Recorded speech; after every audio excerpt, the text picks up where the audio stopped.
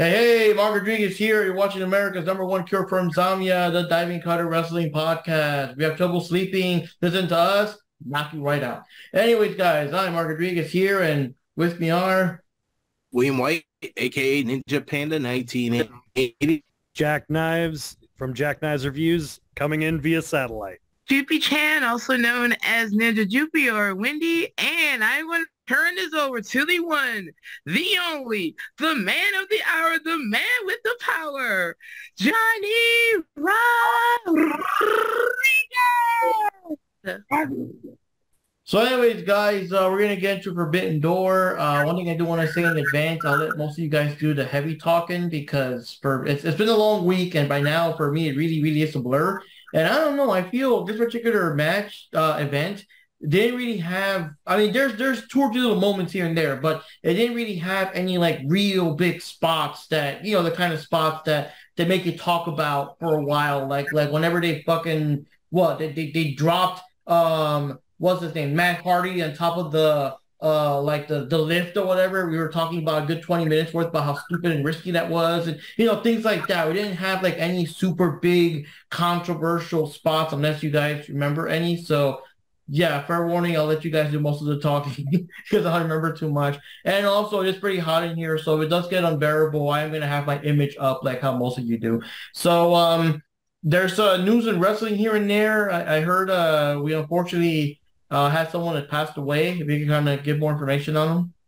Yes, unfortunately, it just got leaked about 2 hours ago to the press that Draws, former WWE wrestler, WWF wrestler Draws, probably most well known for essentially replacing Animal, Road Warrior Hawk, and Road Warrior. He was working with Road Warrior Animal for a while to be a part of like the rebranded Legion of Doom in the midst of Hawk's alcohol thing. But unfortunately, for the past 24 years, he has been permanently paralyzed from the neck down due to a unfortunate spot where D'Lo Brown did the lowdown, which is his finisher, or Liger Bomb, and freak accident. No one really knows the real root cause, but it caused him to be paralyzed from the neck down, and he's never walked again. So for the past 24 years, he has been wheelchair bound, and that happened when he was 30. So he just died now at the age of 54.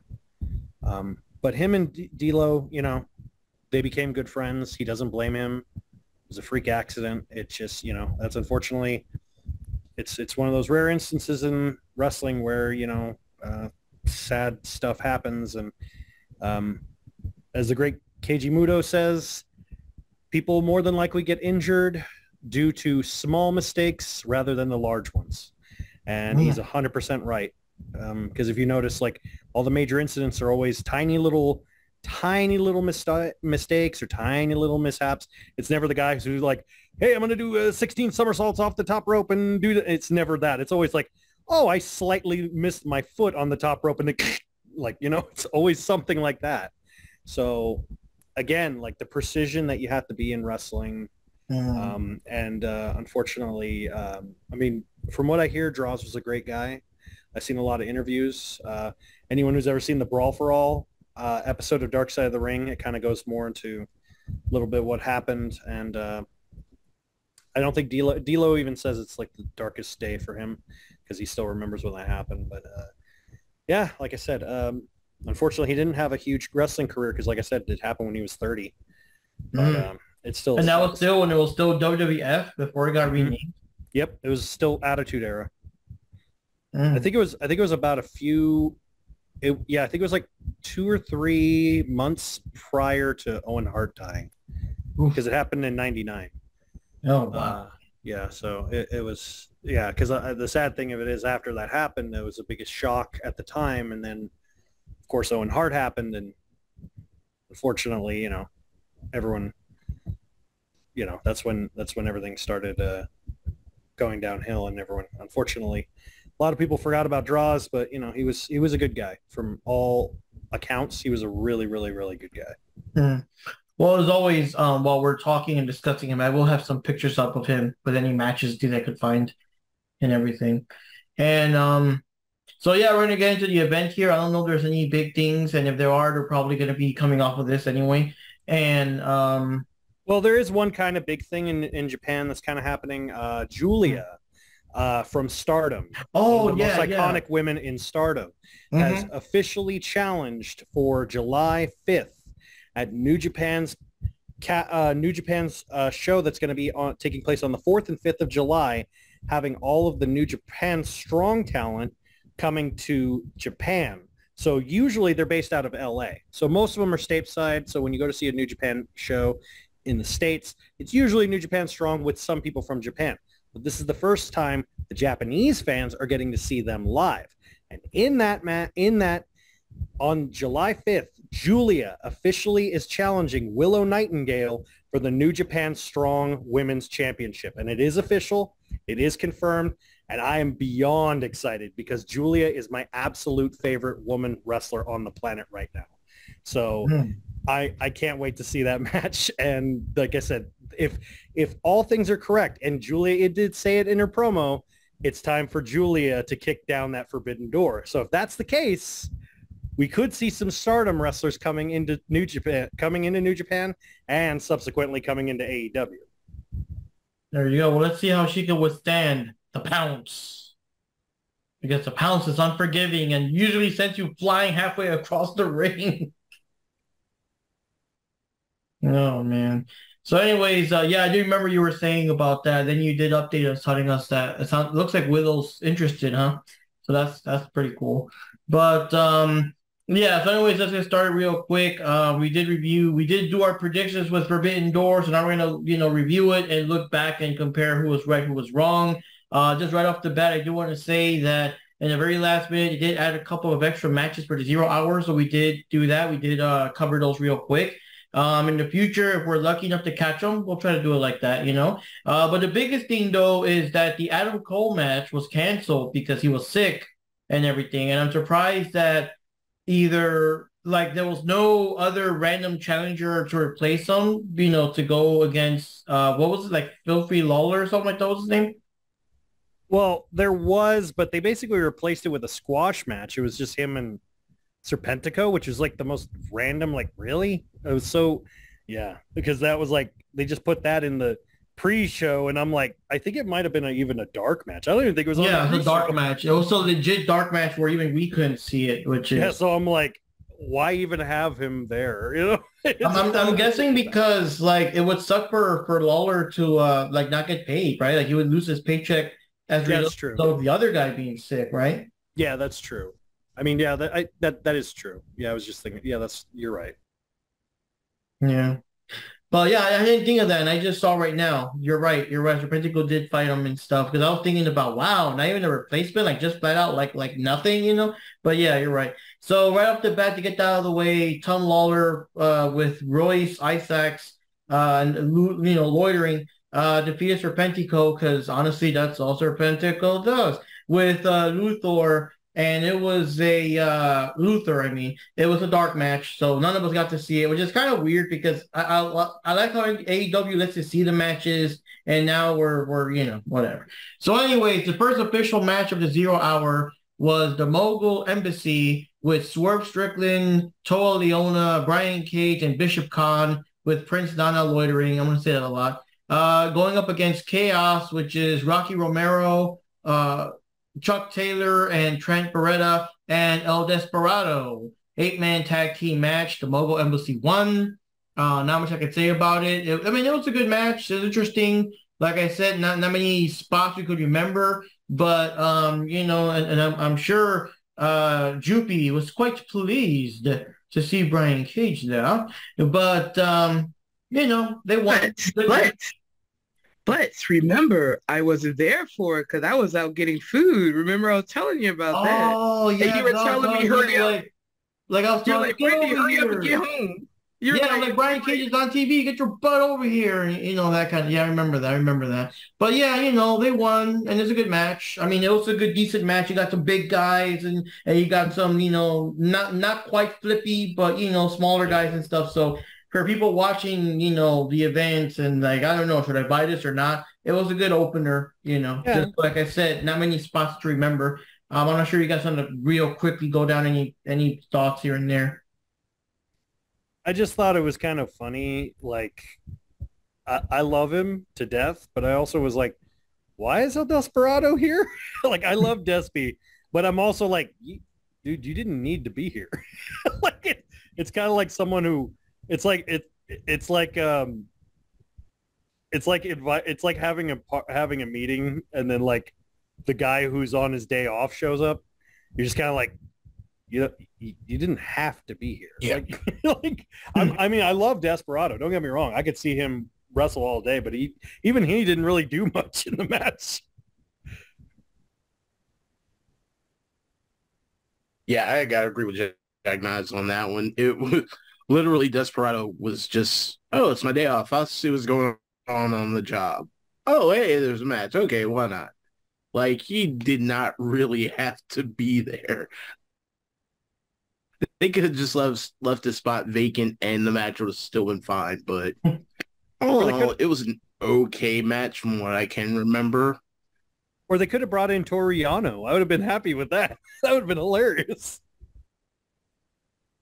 Yeah, there you go.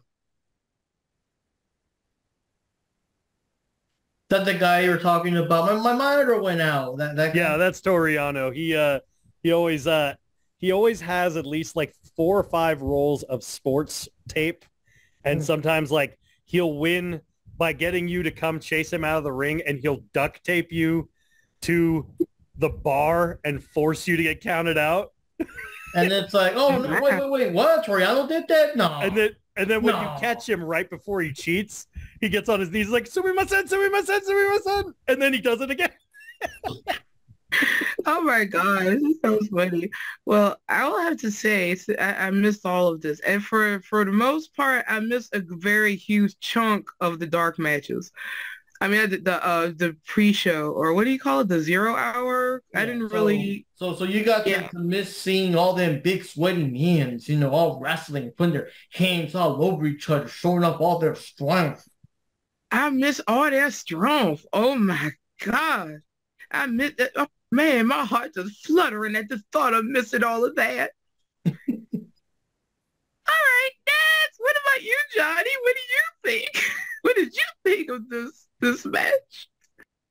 For this match, I honestly don't remember too much about the match. Basically, typical Brian Cage match for the most part. Picking people up and throwing them away or whatever, like what he always does in the match. I missed all of that. I like when he picked people up and throw them away because it shows off those nice muscles of his that I see. I do like that Brian Cage is keeping the Zangief type look. I don't know if it's on purpose or not or whatever, but it wasn't like a one-time thing or anything. I mean, I'm just waiting for him to be like Street Fighter 6, I'll take on all of you, before the match starts. But yeah, I don't really remember too much about this match. So, I did watch the pay-per-view live, but I didn't re-watch it again. So I just don't really remember too much what's going on with these matches. But it just seemed like a good warm-up match, I would say. Like a good starter, match. People thrilled to watch this pay-per-view. Yeah.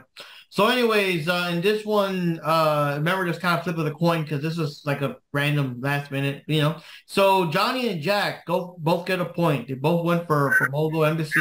The rest of us went for Roppongi Vice. And, well, that's what happened, right? So yeah. So Johnny and Jack are so far in the lead.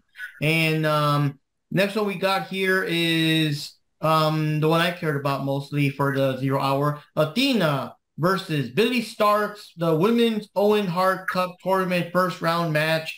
And decent match. Athena did all her typical heelish shenanigans, and Billy Stark got to show that she's got strength and she's got heart. She's one of the younger wrestlers there, so she's really, starting at the bottom, trying to make a name for herself and all that. So, pretty good match. I like that Athena does kind of play it off a bit. I mean, it's rarely a squash match. The other person usually does have at least a moment where Athena is somewhat in trouble and stuff like that. Unfortunately, that just pisses her off more and she gets more vicious. You know what I mean? But it is a good back and forth. It's never like Athena just body slamming the person around and that's it, squash or whatever. So, good match. About 7 minutes worth of action there. And I enjoyed it as usual. Yeah, this was a fairly decent match. Like you said, it kind of helped Billy, I guess, debut herself a bit more and show like a bit of her strengths. But, you're right. It was still a pretty good match. But to me, even for that, 5 minutes was just way too fast. It was just way too quick of a match. I can hardly remember like a detail in that match that completely sticks out in my mind to fully review it. But I think the match was, I'd say probably like maybe a B- at the most. So yeah, it was an okay match. I might have a little bit of a controversial thought here, because I've seen her wrestle more, and I've also seen them both wrestle. But I think personally, Billy Starks is a better wrestler than Sky Blue. Personally, not saying Sky Blue is a bad wrestler by any means, but the problem is Sky Blue does a lot more like easy mistakes. Like her footing is a little off when she does certain moves, or she'll grab a person too early. Little things that I notice when wrestling. Billy Starks doesn't seem to have those issues. I've noticed, at least when she wrestles. But again, I knew Athena was going to win this, but I think this was a good introduction for people who haven't seen her wrestle as much for Billy Starks. And I mean, really, I don't think any of us really thought like Athena was going to lose. Now, if she did, that would have been a shock. Like that would have really been like, what? But it was kind of just a good starting point for, it was a good crowd building match, and it felt like it was a match that was like, okay, cool. This is what we can kind of expect to see tonight. Some more, just good, solid, quick pace wrestling. And I agree with what Ninja said. It didn't really have long enough to really breathe, I think. And I felt like it's weird. Like some of the matches were so quick, and then I thought, you guys canceled a match. Couldn't you have used some of that to kind of space out some of the other matches? I'm just saying, like with this one would be a perfect example. But anyway, moving on to Wendy. Jupi, what do you think? I didn't see this one either. Yeah, I think you missed the whole 0 hour. You were still out for food. Yeah, I was out. Yeah, I was just doing so many things. Even after I got back, I was doing stuff with the pets and the parents, and yeah, I was doing quite a bit of stuff. So I missed this one too. Mm.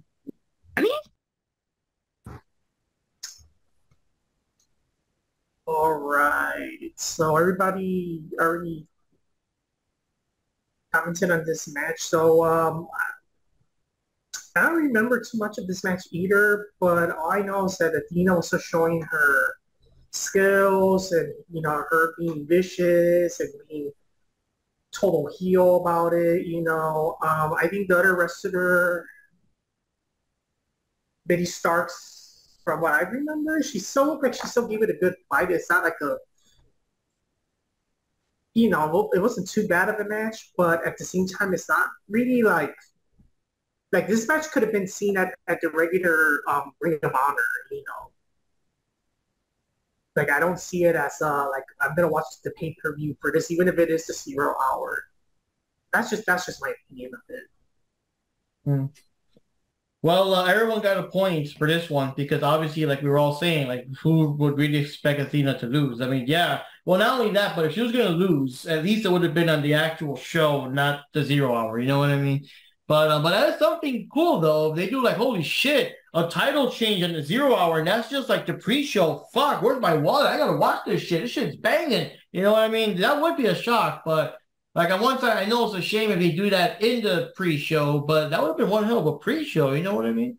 And yeah, that's one thing I do like about AEW. They do respect their titles a lot more. I remember, well, I mean, I know it's changed here and there, but I remember that back in the day, some of the complaints they had in WWE is a lot of times defending like the Intercontinental title and the Cruiserweight title, whatever. Like they're defending them on the pre-show, and people like really do like it's a fucking it's a title match, like you know what I mean? Like they're really treating those titles like throwaway titles. You know what I mean? So I do like that at least AEW. I don't know. I have a feeling they really do. Everyone's out for the belt, and so far I haven't seen too much like disrespect for the belts, except for forgetting them at the Longhorn Steakhouse and junk like that. So, anyways, let's see here. Next match we had was El Fantasmo versus Stu Grayson. And yeah, Fantasmo won that one. I do remember lots of cool flippy shit here and there. Also a chance to Grayson to show off because lately he's been with the Reiches, man. Oh, dude, I gotta say, Jack, I've been becoming more and more a fan of the Reiches. I love the theme song. And yeah, it's so catchy with the snap and Vincent is so he is like I said, he's like the well, it's like he's not snapping. It's like I know he's just moving his arms like he's about to, but he doesn't. Over exaggerate. I just love that shit. I had the theme playing in the background the other day, and I just on repeat. But anyways, but that's the new story that they got now at Ring of Honor. They're seducing Stu Grayson away from the Dark Order and being with them and stuff like that. But I don't remember any of them showed up during this. I think it was a straight up one-on-one match. But yeah, Phantasmo won that one, and I'll leave the rest of the thoughts to you guys. I'll let Will go first. I'll let Will go first. Yeah, this was a fairly good match. Had a decent amount of athletic lucha action in it. Was pretty fun. Had a decent pace to it. I can't really complain on this one, but to keep it short, it was a good match. Yeah. I'm not. The thing is, right now, as far as the New Japan faithful like myself, everyone's kind of really not sure what direction El Fantasmo is going because he is now no longer a part of Bullet Club. So it's kind of like we're seeing him be more vicious or more victorious, but it's also like we're kind of like, okay, but what is he gonna do? Like, what's his next goal? What's his next move? And it's like the rumors that he could be jumping ship to AEW, maybe join the Bullet Club Gold. That'd be kind of cool. He is a very, very talented wrestler. But like I said, I mean, I knew they're trying to build more wins for him. So I'm curious to see what's going to happen after this. But as far as the match itself, I'm like I said, Phantasmo is one of those wrestlers who has that skill set that can just kind of bring out a good match in anyone. Like he does just enough in the ring, like he doesn't have to do a lot, but he does do some rebound stuff. He does some top rope stuff, but he doesn't do too much. And in AEW, it's like 90% of it is too much. You're like, do you need 14 spots of the same match? No. But it was... Only contest, put all the... How many spots do you want? All the spots. All of the spots. In fact, replace the ring with a trampoline, damn it. Do it. Anyway, but... I was gonna say, Tony could be... call all spots at once. So every place is a spot in his very wired mind. Yes. But as far as the match itself, it was pretty solid, pretty simple. No real complaints and no real amazing moments either. It's just kind of like, oh, okay, this was fun. This is a good intro to El Fantasma. That's it. One thing I do want to bring out is that now AEW Fight Forever just came out. I think it came out today. It's probably sooner for people that pre-ordered or whatever. They came out either today or yesterday. As of recording right now, of course, because, these things take a while to edit. Today is June 30th, for people that don't know. But well, yeah, because the video was gonna be up maybe next week or something. But as of right now, recording live, it's June 30th. But the game's already out and stuff. But I mean, I gotta say though, with people like Cornette saying that it's all video game wrestling, does that mean that Fight Forever is the most faithful like translation of a wrestling game that really makes you feel like you're experiencing AEW? Since it is video game wrestling, you know what I mean? Maybe that was the goal, because it certainly wasn't graphics. That's for sure. Oh. Yeah, those graphics do look pretty darn rough. I can't wait to get mine on the Sega Dreamcast. There you go. Oh, screw you, man. I'm getting mine on the PS2, bro. Now I was gonna say the PS2. But in all seriousnness, though, I think PSP for me. PSP. As cynical as I've been, I think I might check out the game. I might. I mean, I know I'm gonna buy it, but I'm gonna probably wait a bit. It's not like my big, it's not like Street Fighter 6 and oh my god, I have to get it like the day it comes out. I don't have that kind of rush. I will get it, but eventually. And yeah, I know I'm the big AEW diehard, but no. I mean, like here's the thing. My biggest issue I've had, I really stopped playing the 2K games in I think 2K19 was the last one I played. And the reason why is because for some ungodly reason, they decided 2022 and 2021, 22, and 23 require you to have a login account. Like you actually have to be hooked up to the internet to play it, which I'm like, that makes no sense. What if I want to play a single campaign? They say it doesn't matter. You need to have an internet connection. Like that's insane.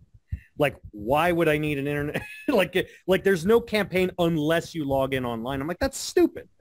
Like I've never heard of a game that does that, where I've never heard of a game. Even some MMOs have like some form of like straightforward campaign that you can play, just to try to test out the game. I've never heard of a game where it's like, no, online or nothing. I've never heard of a game. Remember back then they wanted the Xbox whatever, I forgot. I think it was Xbox One back then. They wanted it to be like you just can't play it unless you're online. Like, what if you live in a stick somewhere where you don't have good online? You know what I mean? Yeah, and then they realized how terrible marketing that is. But like I said, the 2K22, the newest one that I played, I played 2K22 and 2K23. Both of them require to play online, and you have to have a good connection. Like you can't have like, oh, you're online. It's like, no, your quality of your connection has to be a specific amount. I'm like, that's insane. So in other words, I can't take my PC to McDonald's and play off the Wi-Fi? No. Damn it. Yeah, that means I can't bring my entire PlayStation 4, my 40-inch flat screen, and my milkshakes to Starbucks. It's bullshit, and I don't think it's... Yeah, you see, that's the kind of elitist attitude that's ruining the video game industry. Exactly. But like I said, that's the one thing that I'm just like, okay, come on, guys. Like, online should not be a requirement in order to participate. It should be an add-on for the game, not the requirement of the game. So with that regard, I am kind of curious to check out Fight Forever, but at the same time, I don't think I'm going to get it right away. I think I'm going to wait till it's got some like the first series of patchworks done, and also like the first batch of DLC come out, because I don't want to play it and it's like, for $50 more you can get 6 different colors for Sting's jacket. I'm like, I don't give a fuck. I claim dibs on Ricky Rock's Day 1 DLC. Exactly. Now, one thing I do want to say is, what can I say? Oh, yeah. Whenever the game, if you guys do get it, let me know. Between William and Jack, I'm not sure when he's going to get it or not, but y'all let me know so we can do like a VGM about it or something. I don't know. I think I'll probably just stick with my Nintendo 64 No Mercy mods and just leave that at that. I might have to check. I might check it out. Like I said, I'm nothing set in stone yet. Still trying to figure it out, but I might check it out. If I get it, it'll probably be on Switch, weirdly enough. Yeah. Just give me a heads up, or we play at a friend's house or whatever. You know what I mean? Just give me a heads up. But anyways, I think since Jupi was still outside getting food, Johnny, what were your thoughts on the match? Okay, well, I want to make a quick comment about the Fight Forever game. Honestly, the graphics, like there's no excuse for the graphics to look that great.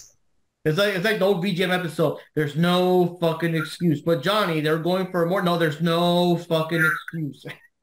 Because I want to go with the gimmick that, oh, they want to make it kind of retro, kind of whatever. Okay, you can make it kind of retro, but that doesn't mean the graphics literally have to be retro. You know what I'm saying? Like it looks. Yeah, I'm pissed off. They didn't do the WrestleFest type graphics, yo. And honestly, that's what I'm really talking about. That's retro. the game right now, the way it looks more like for a rental for the time being. Mm. Like it's worth like spending that much money to buy that game if it's gonna. I don't know. I think it's better off to even wait for a sequel because hopefully by then, when they make the next sequel to that game, it'll be better. They'll have better graphics. But okay, up to the match. Which match was this again? Grayson versus Phantasmo. Phantasmo. Seemed like a good wrestler. There's a lot of good flippy shit, about going the Young Bucks way of doing it. Like it's so a good, legit match.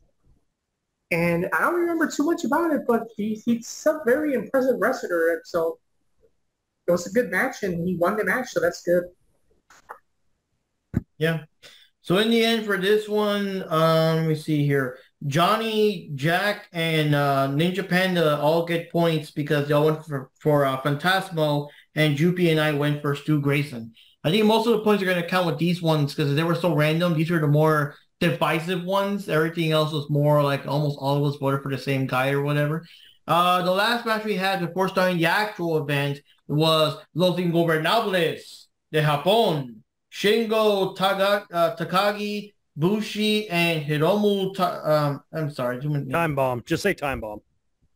Yeah, I'm still saying their names anyways. Hiromu Takahashi going up against United Empire, which is Jeff Cobb, Kyle Fletcher, and TJ Perkins. I'm surprised he's still around. And yeah, 6-man tag team match. And what can I say? Decent match. This one I did really kind of miss because it's a actual show was gonna start. I was getting my food ready and I was still telling Jupi like yo, where are you? Come on! Like now the actual show's gonna start. So I wasn't really watching it too much. I did at least see the intro when they're walking in. I was like, yo, that is TJ Perkins, that kind of thing. But that's the most I remember about it. Okay, I'm not even gonna lie to you on this one. I missed that match. Mainly because I walked out for snacks. So, yeah, that was the one I actually missed. I didn't even get a chance to review that one. So I refer to these kind of matches. It really felt like in New Japan when they do a big pay-per-view, or especially when they do a tournament, they used to do this thing where they would refer to in the G1 Climax, there would be the A block, and then there would be the B block. And then they would refer to this kind of match where it's like a multi-man tag to keep the wrestlers fresh. They refer to that as a C block match. So this is basically just felt like a good C block match. It was just, LIJ versus United Empire. And TJ Perkins and Francesco Akira are currently the New Japan Junior Heavyweight Champion. New Japan Junior Heavyweight Tag Team Champions. This is their third or second or third reign. They actually just won them. Francesco Akira isn't there. I don't think he was there, which kind of is a bummer because I would have loved to see them, do some good move sets together. But it was cool seeing Time Bomb for the first Hiromu Takahashi finally in an AEW ring. That was kind of cool. Never happened before. Bushi, he's there. And of course, the Dragon always entertains. He's always that dude is a beast. Like, people talk about, like, endurance training. That dude literally works out every single day, 3 times a day. Not even joking. Like, that dude's insane, the amount of endurance that guy has. It was a good match. Getting to see Cobb, it was good to see for people to get a good taste of New Japan without a good sample appetizer of it's like going to a Japanese festival or a food festival, and like someone's like, "Would you like to try the spicy tuna roll?" And you're like, "Oh, okay." And it was like, it's like, "Ooh, it's too spicy," or you'd be like, "Oh, that's actually got some good flavor." That's kind of what it felt like. Some people would be like, "Oh, it's too spicy. I need some mayonnaise. That's the only kind of spice I like." You know what I mean? Nothing beyond lemon. It's like, "Can I get some water?" And they're like, "Sure." And they're like, "Oh my God, this water's spicy." "Sir, that's lemon water. You put the most bitter fruit in there?" Anyway, so I'm like, no. But anyway, I was, it was just a quick, solid, good taste for New Japan and people that aren't into New Japan to enjoy New Japan. So, and you're going to hear me say that word a lot, so get used to it. All right, so one day I want to say everyone gets a point because, you know, everyone for LIJ, like who's gonna really go against those we go Randomness to help on, you know? So now we're going into the actual events proper, and surprisingly, the first match to start us off for Forbidden Door 2023 is MJF going off against Hiroshi Tanahashi defending the AEW World Championship. And honestly, I was surprised. I was legit surprised that was like first match right off the bat. And yeah, we're gonna say it was a decent match. My memory's kind of whatever, but I forgot. Did MJF did the old thing with the stupid diamond ring again? Yep. Yeah, I thought so. Literally, I don't remember him winning clean. Yeah, 80% of the match he was outside of the ring, like more than. Yeah, he kept like ducking in and out. He also did the whole, you know what, fuck this. He was gonna like leave, but then Tanahashi grabbed him and dragged him back in there and all that crap. And I like the little online thing he's doing now on social media. Like he was bitching about having to wrestle Tanahashi. Then he started bragging that, yeah, I beat him, told you, whatever. And then they announced that he was going to wrestle in the next episode of AEW Collision. And he's like, what, huh? What the fuck, Tony? You know, like Tony Khan's putting him to work, you know? But anyways, yeah, the match was about 50 minutes long. But, I mean, since most of it was MJF ducking him around and everything, like, you know, there wasn't much of actual wrestling involved. So it felt shorter than it did. And yeah, so MJF's still winning. And again, I'm surprised it was that fast. I guess MJF just wanted to, you know, go to bed early or something. Yeah, I'm going to keep my camera off because I got like a bit of issues here. But no, that was actually a pretty surprising match. Again, there was a good bit of back and forth later on, but like at the beginning of the match, it seemed like it wasn't going to happen because MJF kept running off, and then the whole crowd just started calling him a coward in both Japanese and English. What is coward in Japanese? So I thought that was pretty crazy. And Jupi, what is coward in Japanese? A coward? Actually, I don't know the word for coward in Japanese. You fail. Yes, I do. I failed this. Now, I will give MJF credit where credit's due. He could sell his ass off because after he got hit with the dragon screw and then got put in the leg lock, like, he really sold that leg injury, especially when he went to do the shoulder breaker on Tanahashi, and he ended up, like, collapsing to the ground like his knee was actually injured. So I gotta give him much props on taking the bumps and the way he conveys it. But all in all, it was a pretty decent match. Wasn't match of the night, but it was still an okay match to watch. Oh, and to answer your question, it's Koshinike. That's Koshinike. Yeah, Koshinike is coward. Right is coward in Japanese. So people in the crowd were like, Koshinike, Koshinike. Well, that's what they were saying. Yeah. So you heard half of them go coward, coward, and you heard the other half go Koshinike, Koshinike. So it was like awesome. Anyway, yeah. So it was. When you're such a heel, you get bitched out in both languages. Yes. Well, I mean, it was. I'll tell you exactly why it went first. It makes perfect sense why it was the first match. Well, there's two reasons, and this is my spicy actual take. First one is MJF as far as a wrestler, he knew he was going to get outshined by everyone tonight. Like, everyone was going to out-wrestle him tonight. He knew that. And he knew that going into this pay-per-view, and I'm talking about behind the scenes, he more than likely was like, oh, fuck, I'm going to look like shit. And Khan knew that he was going to look like shit. So he's like, okay, have him go out first. Because normally we would have the main event be the AEW title like it was last year. But no, not with MJF. And the second reason why is because MJF as a main eventer never sells.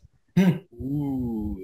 And the fact that they keep putting him not in the main event, every pay-per-view has thus kept proving my point. And everyone could go, well, he's the main event because he's a champion. I'm like, so you mean the same argument that y'all motherfuckers were giving to excuse Punk, you're now giving to MJF. That same thing that you argued with Punk about, oh, you were the main event because you were the champion. That same argument, you're saying that for MJF. It's kind of funny how that works, isn't it? All the people that hated on Punk that say that. But anyway, Tanahashi, I mean, it's Tanahashi. He could fight a plastic bag and have an amazing match.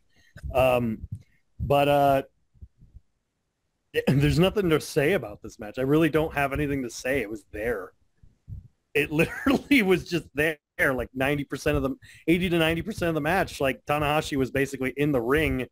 Tanahashi spent more time doing the air guitar taunt than actually wrestling MJF because MJF refused to get in the ring. That's how that match was. And I'm like, it's so pathetic. It's so funny. I'm like, and he still got more over than MJF.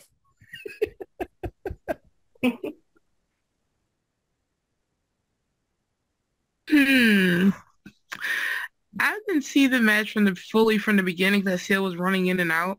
But for what I remember of the match, I do remember yeah, I don't know, the match was okay. There wasn't much that stood out about it except for like MJF really selling everything. Like he's just really, really good at that. So no matter what kind of match he puts on, it still seemed like no matter what he's very good at like selling the moves and all that stuff. So you got to give credit where credit is due when it comes to MJF, and I do appreciate that about him.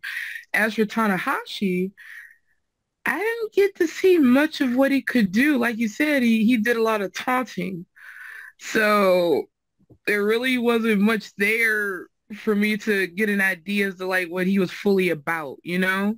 And as someone that's not very well versed with New Japan Pro wrestlers, that I don't think was a good look, I feel. I mean, unless you're already a hardcore fan or you already know them, you say, well, I've seen other matches with them, but for me personally, it was like, okay, this is funny, you know, right. But what is he fully about? But the thing is, Tanahashi already proved himself to the AEW fans because he was literally in the main event last year. Like he was in the main event with Jon Moxley for the AEW title. So it's like kind of like he doesn't really have to show up.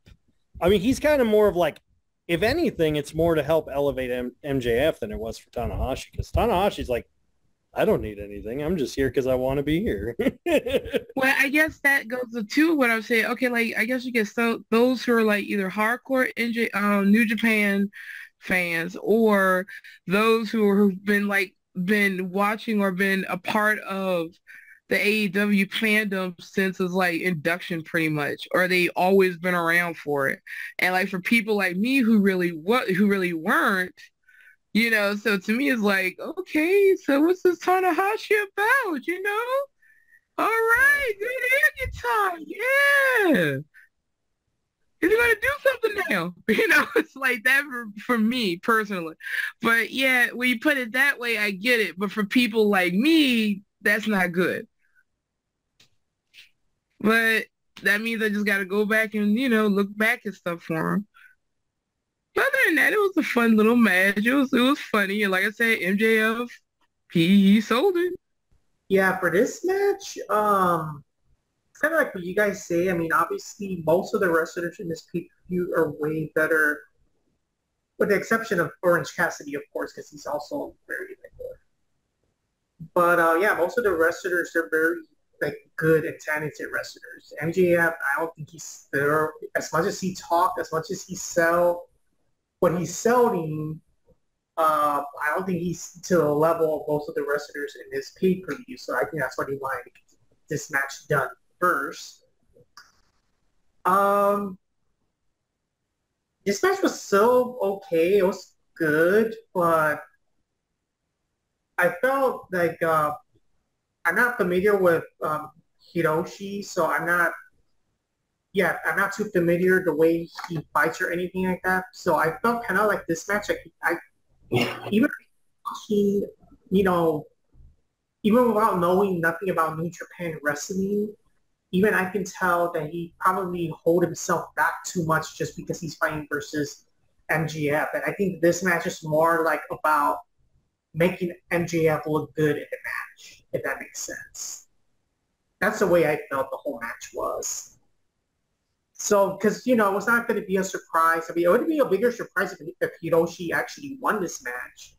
But, you know, most people, we were already, you know, speculating that, hey, MJF's going to win this match. Because, come on, he's like, you know, one of AEW's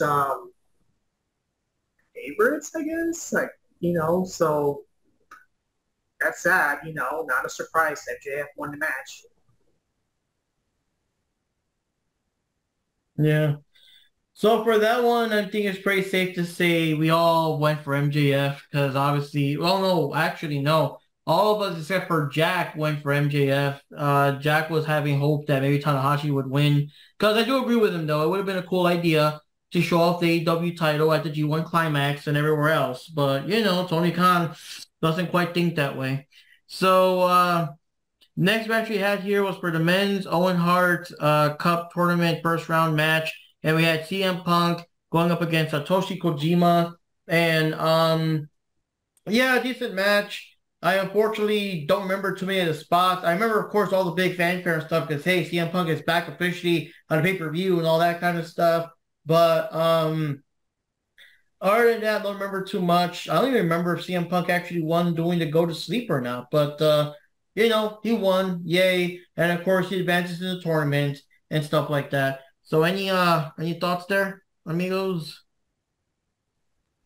Yeah, for this being one of CM Punk's matches, it was kind of lackluster. Like there really wasn't that much to the match. I mean, there was a few, you know, close calls here and there, but otherwise it didn't really. It felt like this could have been a match that I could have watched on Rampage or I'm sorry, Collision. Um, it wasn't really that much to it, to be brutally honest with you. It was a meh match. What sucks is the people that are Ring of Honor diehards or historians or whatever, like me, they even pointed out on the commentary that this match, they have not been in the ring together since 2003. And in 2003, they beat each other so badly, it ended up being a draw. But like I said, it's like they could have used that footage because it was from Ring of Honor. Like you own Ring of Honor, use that footage, build it up more. Yeah, I mean, it's kind of funny because it's like the last time they fought, Kojima was like at the height of his popularity and Punk was the young upstart. And now they're both the old veterans. So this is kind of funny. But like I said, it was just kind of there. It was all right. It was a good solid match, but nothing to really write home about. It just kind of was there. That's pretty much it. For this one, this was the one match, one of two matches in the whole card for me that was kind of lackluster, but it was still better than, like I said, most of the pay-per-views.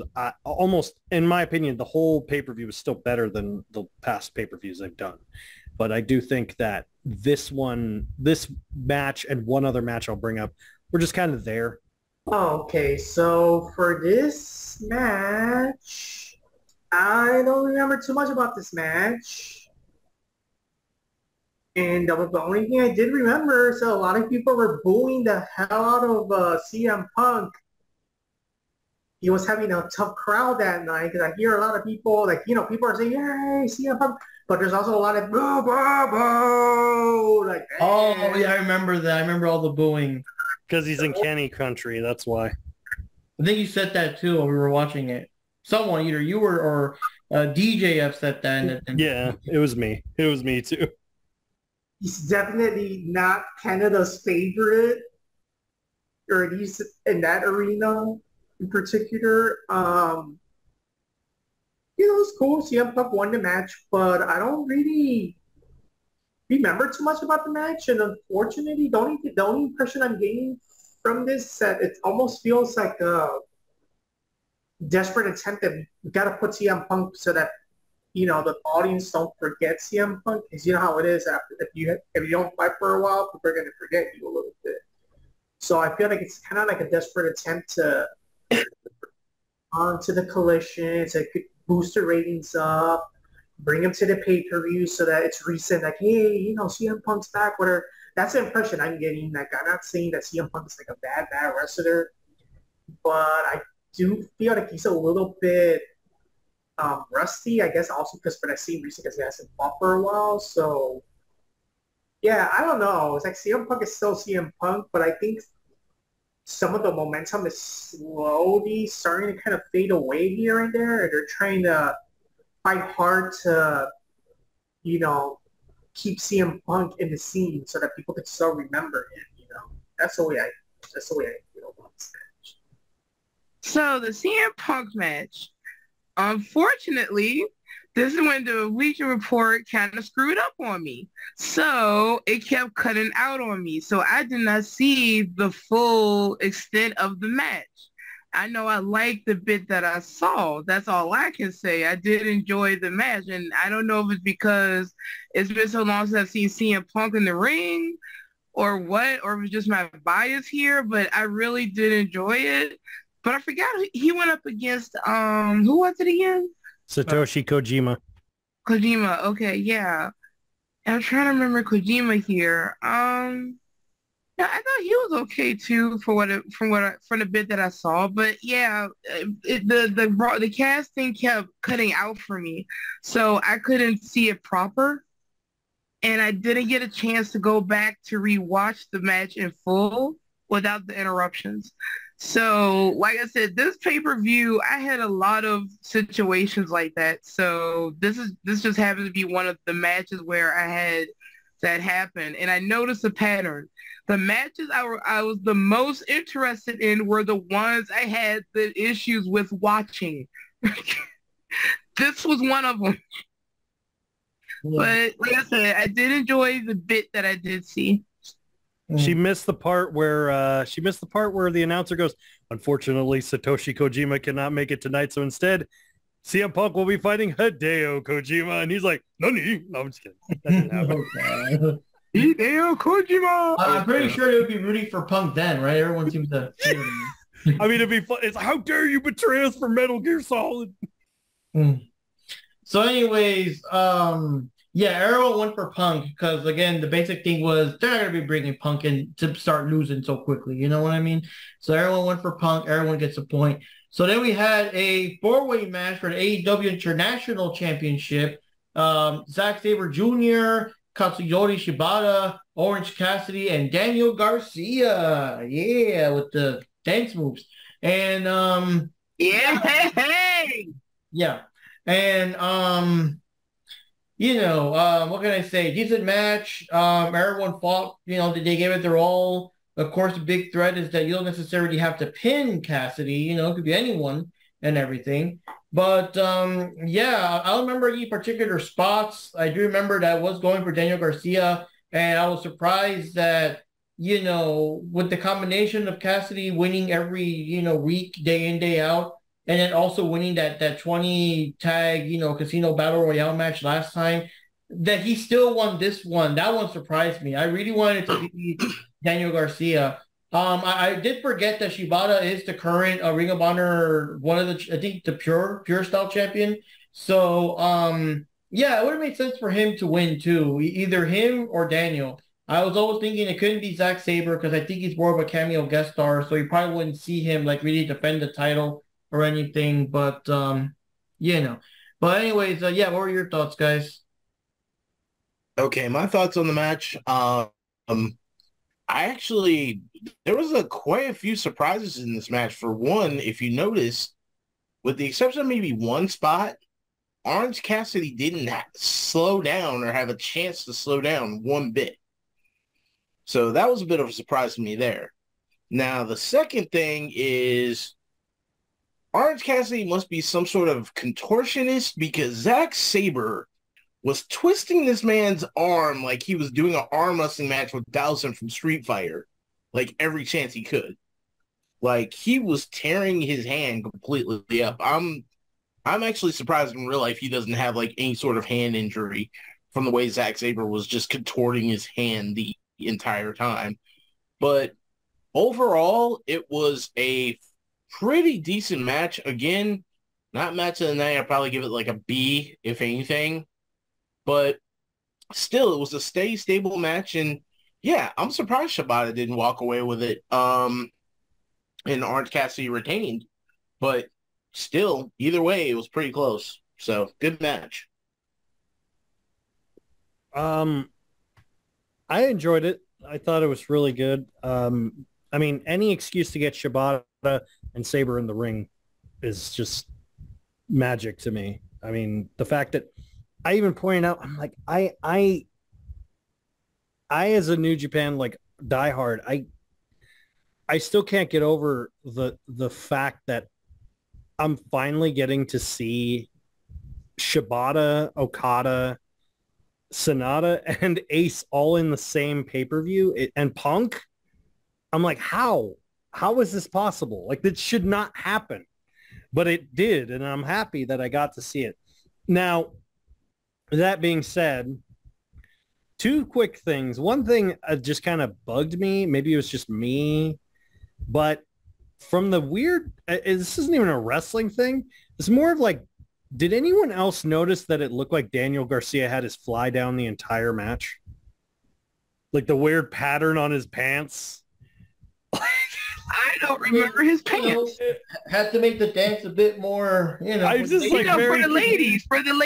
I was very confused. I'm like, did he forget to pull up his pants? Because it's like, no, that was just something for the ladies. Okay. It was like I was very confused by that. Anyway, that was just a random thought I had. But the other thought I had was I was really pissed off with how Cassidy won because Shibata had it. Like he had it. He did the PK. He did the choke. He did the PK. After Sabre did that other move, I'm like, okay, it's over.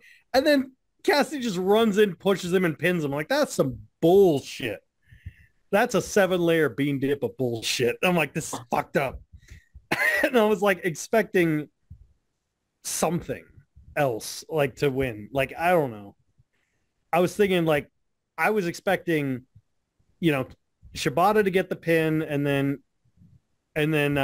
Cassidy, running in and picking up Shibata or breaking up the pin, picking up Shibata, doing the Superman or orange punch or whatever, and then pinning him that way. Because then you could use the excuse of like, oh, Shibata has head injury problems, so you could be like, okay, fair enough. But I don't know. I was just kind of bummed, but I'm hoping that Shibata gets more gold. I'm happy he's the pure champion, and I'm good. I'm glad they're taking his injury seriously enough to let him still wrestle, but still be protected at the same time. Yeah, but for the love of God, can we please get Garcia to quit with that stupid dance? He's turning into like Alex Wright. It's getting bad. If you're gonna have him do that dance, you need to have music accompanying it. It has to.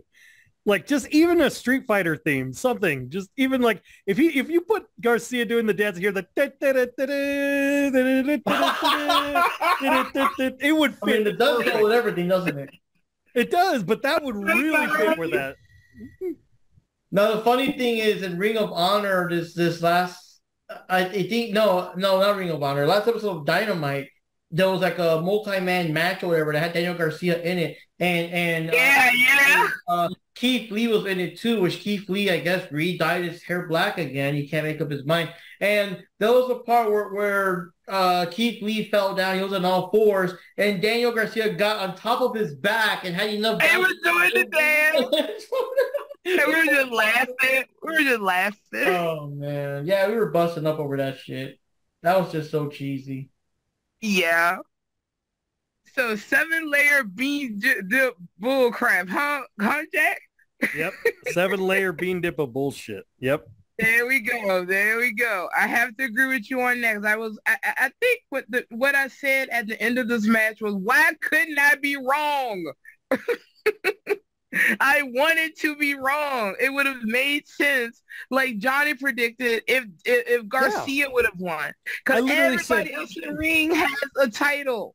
Anyone, it's like that quote that Bray Wyatt used to say, or that quote that Bray Wyatt said when he had that feud with John Cena. He's all like, I'm fine with anybody at the top, anybody but you. That's me with Orange Cassidy. Anyone but him. I would have been happy with anyone winning but Cassidy. I guess I would have to say, it must be true. He must be Tony's go-to guy for whatever reason. I mean, what's name must have the best stash in the world for Tony to keep using him in the way that he's using him.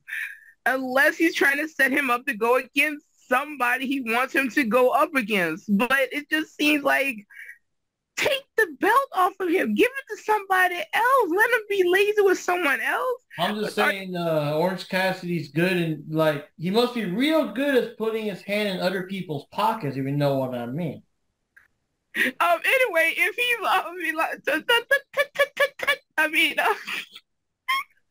what was I think? Maybe they keeping the belt on him because Danhausen isn't there and he's still out or something. I don't know. It just seems weird that they keep it. I'm trying to even remember the match now. I was annoyed that Orange Cassidy won and just blocked everything else out. Okay, my Hachu man, Johnny, what did you think? Okay, I agree. This match actually was very good. It was very entertaining. And Zack Sabre Jr.'s phenomenal wrestler. Is pretty awesome.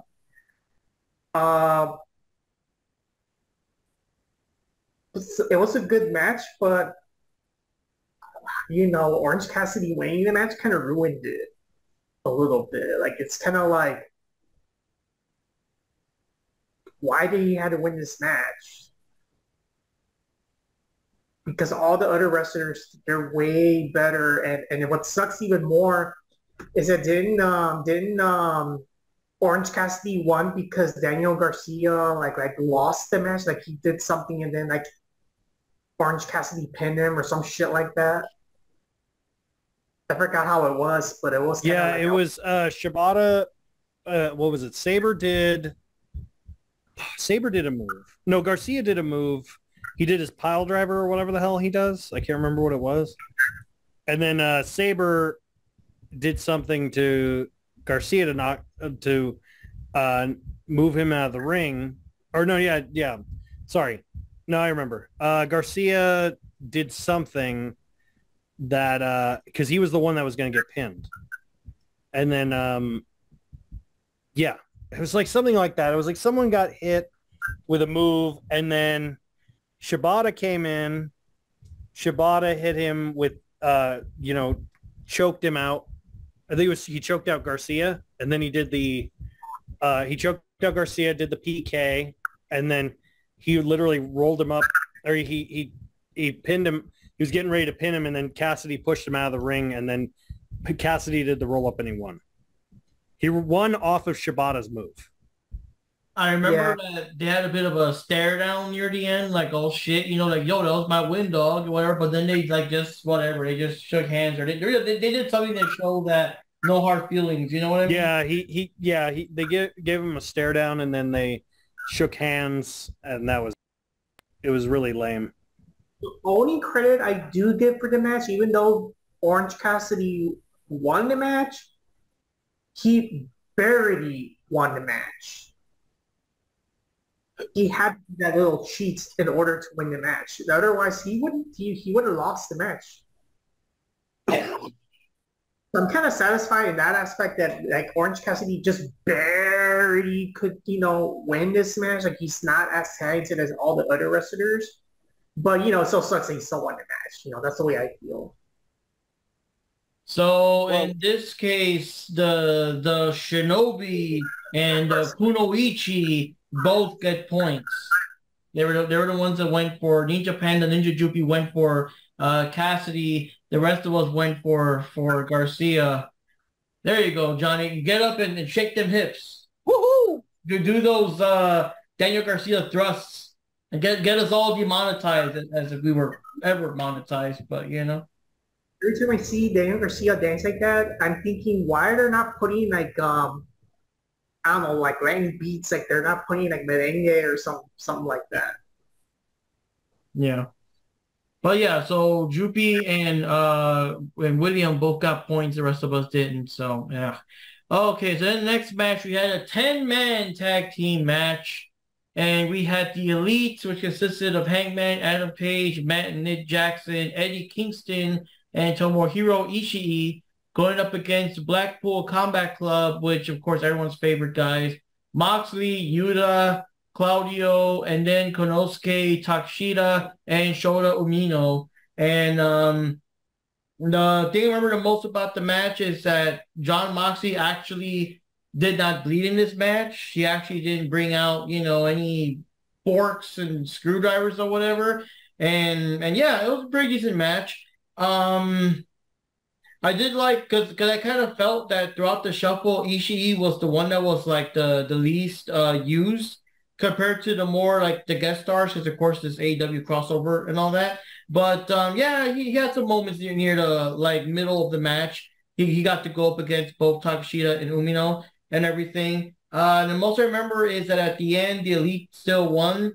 But like, Kingston still like can't stand them all. So even though like they won and shaking hands, hey, I'm not shaking your fucking hand. He still went off all grumpy and whatever. He doesn't like nobody. He doesn't even like Ishii. It's just that he trusts them a little bit more than he trusts the Bucks, but he just hates everybody. And I think there was this surprised me the most. This is the part that really got me. I know that Kingston and Moxley have their history, fighting against each other, fighting alongside each other, but I was just surprised because, again, Kingston really isn't like what we call a tippy-top guy. But when the match finally got to the point that Moxley and Kingston were in the ring and they did a face-off, the crowd went absolutely wild. Like you're thinking it's fucking Cena versus The Rock again or something. And I'm like, wow, really? Like this big, shock and stuff over like William says, Burger Kingston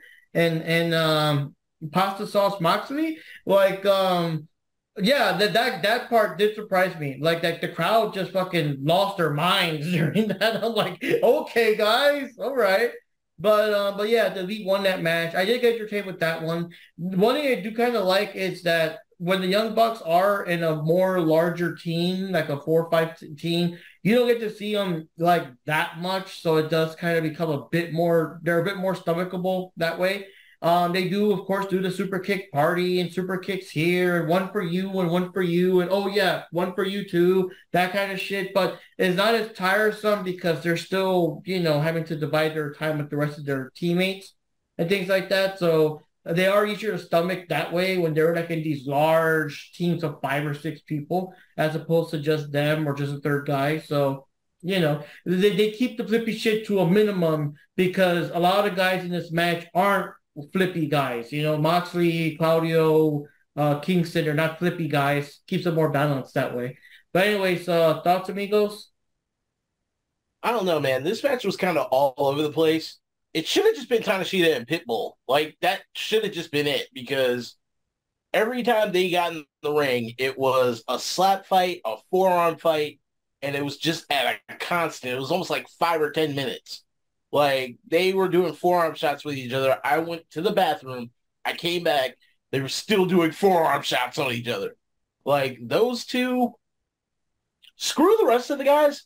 I want to see them have a rematch. I want to see them straight up have a rematch. I don't care if it's Forbidden Door, AEW, New Japan. I want to see those two have a rematch. Those two were trying to beat the hell out of each other. Moxley and Burger Kingston, they were there. I mean, that's pretty much all I could say. Now, Adam Page kind of turned it up a notch slightly in that match. He still didn't get a good buckshot lariat off, but otherwise, like, it was still a good match. A lot of guys beating the hell out of each other, and I had a lot of fun with it. The only thing I really couldn't stand was how Kingston at the very end was just being like a big prima donna walking out of the ring. One thing I gotta say though is that like I was more invested in anything Kingston was doing and Ishii because of course he was like, the guest for this kind of match. I just like tuned out anytime the Bucks or Hangman got in there, I don't know why. I was more invested on the Kingston side, Yeah, but you know what? One thing that Jack Knives brought up in the show before this is the simple fact of, all right, a lot of those New Japan Pro guys, they run gauntlets and they do matches that are like 30, almost 40 minutes long, but yet, like, Eddie was so gassed out, like, at the first part when you saw him, he had, like, a couple of moves, then he was out of the ring, then you didn't see him for the majority of the match. Like, you didn't see him until he came back and Nick Jackson accidentally kicked him in the head. Then he was gone again. Like, I'm sorry. I know I'm a big dude. I'll say it for all big dudes. But that guy needs to get his act together and get into some shape. Because next Forbidden Door, if he decides if they're gonna do a gauntlet or anything, or if they do an Iron Man match, Eddie's gonna be screwed. Like, flat out, real life, I'm worried about his health. He's gonna be done for. Well, actually, he wasn't tired, man. He just ducked out to a quick snack at Wendy's and it came right back, He's a penguin. That's all I got to say. He waddles like a penguin when he goes to the ring. Well, I mean, that's why I call him Burger Kingston. So, well, I will say this. Much before I get into my thoughts on the match, this may make you happy, Ninja, is that Kingston, as I said before, is a part of the G1 Climax this year. Well, which one? We have Shinobi and we have Kunoichi. Which ninja you're referring to? Ninja Panda. Oh. He is going to be a part of the G1 Climax this year, which means either he steps up or he's going to get beaten in.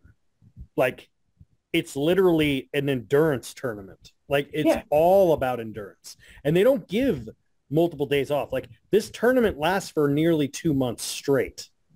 And it is like, it'll literally be, each match is 30 minutes, maximum, 30 minutes maximum. The only way to win is via pinfall or submission or count out, but count out is a 20 count. It's a whole thing. Anyway, but literally each night you have to wrestle, even when you're not having to wrestle for points. So, like, for a good example, there's 4 blocks. Let's say A block has to fight night 1. Then B block will be doing a tag team, like different tag teams. Like, they have to wrestle every night. And Kingston needs to step the fuck up, and he needs to get his shit together. As you said, how far away is the G1 Climax from now? Next month. Wow. It starts in July. So, well, tomorrow, basically. So, Kingston is either going to die in the ring or he's going to come back looking at least a little bit lighter if he survived all that. Well, here's the thing. I mean, I pointed this out to someone. I said, have you noticed that Moxley wrestles longer and more consistent between WWE to AEW? Have you ever noticed that? The reason why is because before he came to AEW, he was a part of New Japan for 2 to 3 years. And in that time, he was the Death Rider Well, no, stupid name. In fact, they even call his finisher the Death Rider in Japan. But in that time, he was a part of the G1 Climax, and he got like he had to fight his ass off. Like he had to get jacked for that tournament. And that's how Kingston has to be. That's why I laugh. I'm like, man, Kingston, that's why I'm shocked. I'm like, really? Kingston? Really? That dude's never been in shape. And now he's in the best shape of his life. And he's still not in good shape. Damn. How are you? I'm like, damn. I'm going to want to see every one of his matches in the G1 Climax. Okay. I'll make sure to keep you guys posted with the G1 Climax as far as results as it's going further. Yeah, if he's going to be in it, it's going to be called the G1 Anticlimactic. It's going to be called the A1 Climax. Anyway. Sorry, I had to do it. Anyway.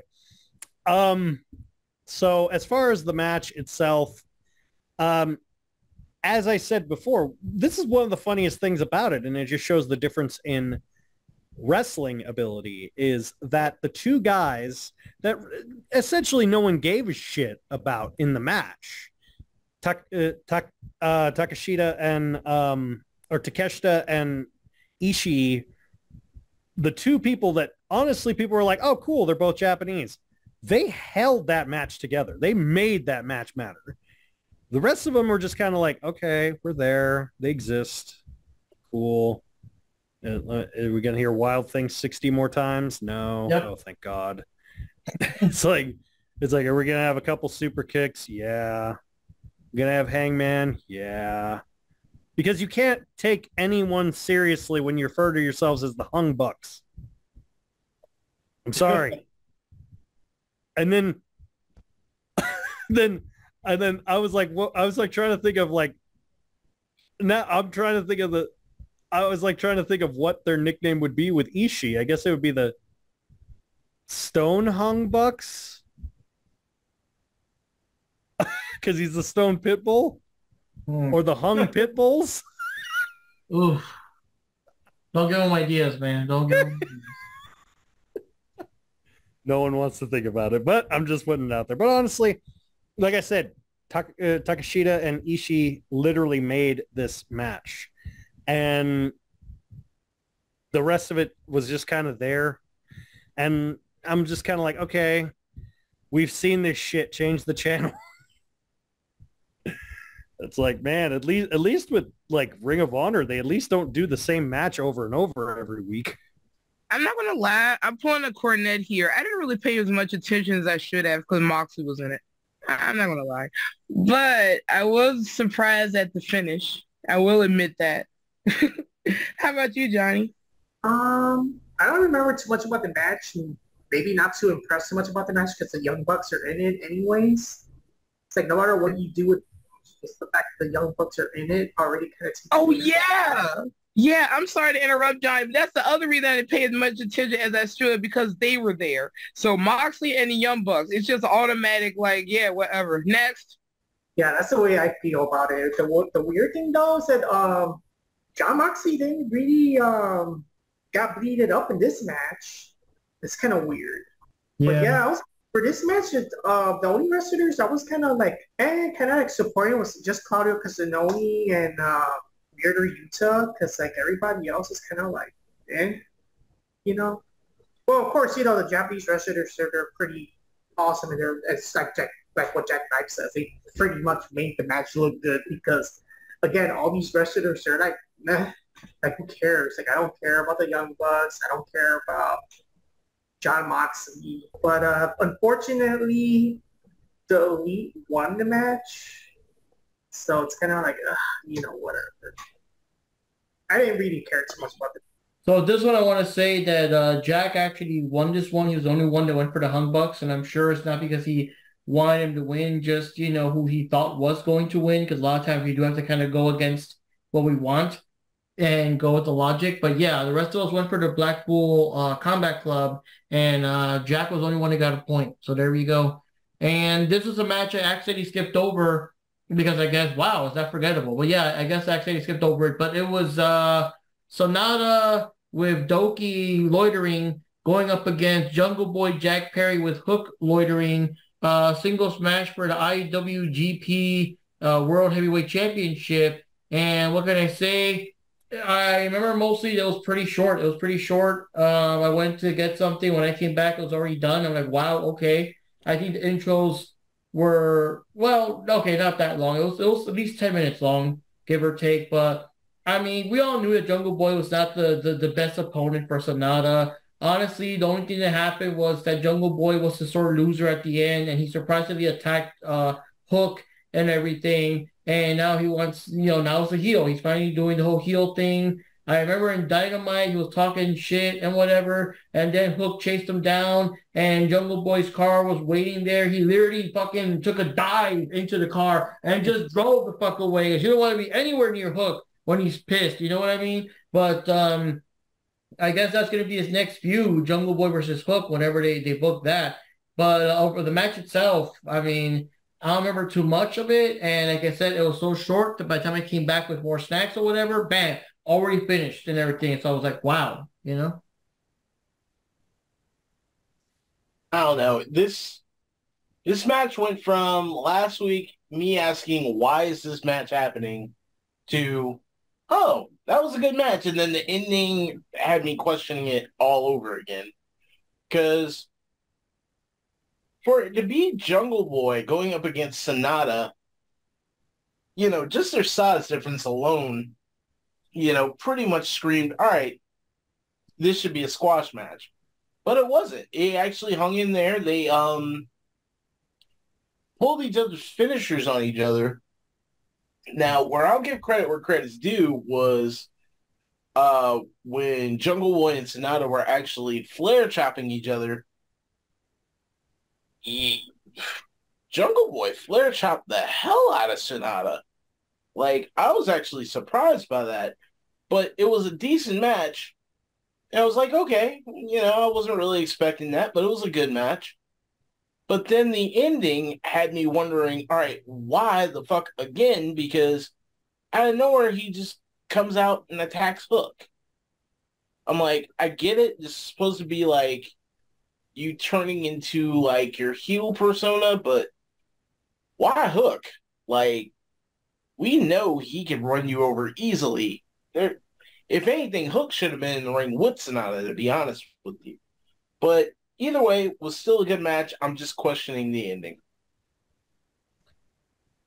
Well, what's really funny is I was right, first of all, about him being Sonata being, way beyond his level. I will say Jungle Boy put up an okay fight, but it was kind of expected. Like, he was way in over his head. Like, it was obvious he was way in over his head. And the fact is, like, the proof is in the pudding in the fact that Sonata has 3 finishers. He has the skull end, which is the one where he, like I said, when Jungle Boy put him in the skull end is a reverse dragon sleeper where you wrap your opponent's neck around your arm, and basically it's underneath your arm. But when Sonata does it, he grabs you by the neck and he swings you around. And then he swings you around, the momentum gets you locked in, and then he grabs his legs and locks you down in the middle of the ring. And usually makes you pass the fuck out, or knocks you out, or makes you tap. And then he gets you set up for a second finisher, which is the Muda Moonsault, because his master taught him the Muda Moonsault. Also, I know Jupi really was happy to see the Paradise Lock, which I was happy Sonata pulled that out. That's where he wraps his arms and legs and makes him into a ball. He does the drop kick. Oh yeah. He hasn't done that since he's been a part of Just Five Guys, and I'm happy he brought it out. But what makes me laugh is he didn't even pull out his main finisher. His main top finisher that he has is called the Deadfall. And he just introduced it recently as part of Just Five Guys. And he's like, basically like, oh, Jungle Boy's not even worthy of my finisher, main finisher. You get my secondary You get my third and secondary. That's how much of a weakling you are. And he beat him with it. I'm like, oh my God, I can't remember the last time someone lost to Sonata after he did his like that finisher. Because I really can't remember the last person who did. Yeah, like I said, I'm happy they're finally pulling the trigger on Jungle Boy being a heel. Because to be 100% honest with you, it was getting stale. He was getting a little stale. Also, his theme doesn't really work for him anymore with what they were going for him, with him wearing the leather jacket and walking around being like, I'm a tough guy now all of a sudden. I'm like, when the fuck did you have a twang? What the fuck? Did you notice that? Like when he talks in promos now he has a twang. I'm like, when the fuck did that start? Yeah, when his balls dropped, that, logically. No, I was about to say, no, he's from the southern part of the jungle now. I'm like, no, I'm all like, I'm from the South, the deep South of California. I'm like, the fuck? I'm like, your dad was from LA. Shut the hell up. But anyway, yeah, I mean, obviously, I'm hoping this is going to be a feud to elevate this. I think the reason they're doing Hook, I really think the reason they picked Hook to be his feud is because they want to elevate Hook to a singles run, finally. Because he has not had a singles run since he's been, he's been like, he's what, now 27, 28 and 0? And yet, what have they been doing him? We'll have him team with Danhausen. We'll have him team with Jungle Boy. We'll have him team with the Hardys. We'll have him team with everyone, but we'll do everything but give him a title shot. And now I think this is like the excuse to finally cut the cord and be like, we trust Hook enough. We know how good he is. He really does remind me of his dad when he was younger. His dad used to be like that in ECW. Like he wouldn't talk, just go out, beat the shit out of people and leave. And it wasn't until he came into WWF and then you hear him talk and you're like, what? That's what you sound like? And he's, I'm going to beat the shit out of you. I'm going to do it. And you're like, what? Okay, cool. And then he gets on commentary and now he never shuts the fuck up. Hey, we get to hear him sing, right? Ruby, Ruby, Ruby, Ruby, Soho, and all that. Anyway, but as far as the match was concerned, Sonata schooled him, proved why he's the champ, and Jungle Boy had no chance. So that's my thoughts. Now, this match, I saw all the way through. Yeah, exactly. And my connection didn't cut out like with some of the other matches, but I did enjoy this. I love how Sonata, like Jack said, when he did his little move, when he rolls you up in the ball and then kick you in the ass. Oh my gosh, I love that. I would. Now, if he would have used like a concho or something, that would have been like, no, thank you. But anyway, the fact that it's like, if anyone's ass is in the air, a foot should always connect with it. That's just always been my logic. No, but the match was fun, and it didn't make sense for him to be challenging Sonata to begin with, but I figured they were trying to go somewhere with that, and they're trying to make him all heelish now. And as you see on Dynamite, this past Dynamite, that's exactly where they were going. He come out to like a Jungle Boy, the theme or whatever, and he's like, "Stop the music! I don't want to hear that terrible music anymore," or whatever he was saying. So maybe he'll get a new theme song or whatever. But anyway, going back to the match for Forbidden Door, I liked it okay. It served its purpose, and I am looking forward to seeing something with Hook because I just want to hear, you know what, him not talking works for me. But we'll see what they'll do with him and get us more into him. But here's the question. Would that be more so a Rampage thing or a Collision thing since Jungle Boy is usually on Dynamite? And so, who knows? We'll see. All right, Johnny. Okay, so for this match, yeah, obviously, yeah, Jungle Boy was not to the level of Sonata. Sonata's a way better wrestler. And then that move that he did, what's the name of that move that he rode Jungle Boy like a ball or something like that? Oh, It's called the Paradise Lock. Well, the Paradise Lock is like the first time I've seen that move, and I'm like, holy shit, that shit looks awesome, and I've never seen anything like it before, so that's pretty cool. In terms of the match, I mean, it was still a good match. Kind of weird because you're thinking, well, what does Jungle Boy like? What does he have to do with Sonata? Like, why are they fighting in this match? But I guess the end result is that Jungle Boy lost a match, but then he like beats up Hook, and he becomes all heel and shit. So I guess that's the story behind it. But I still think that it's still a weird match, though.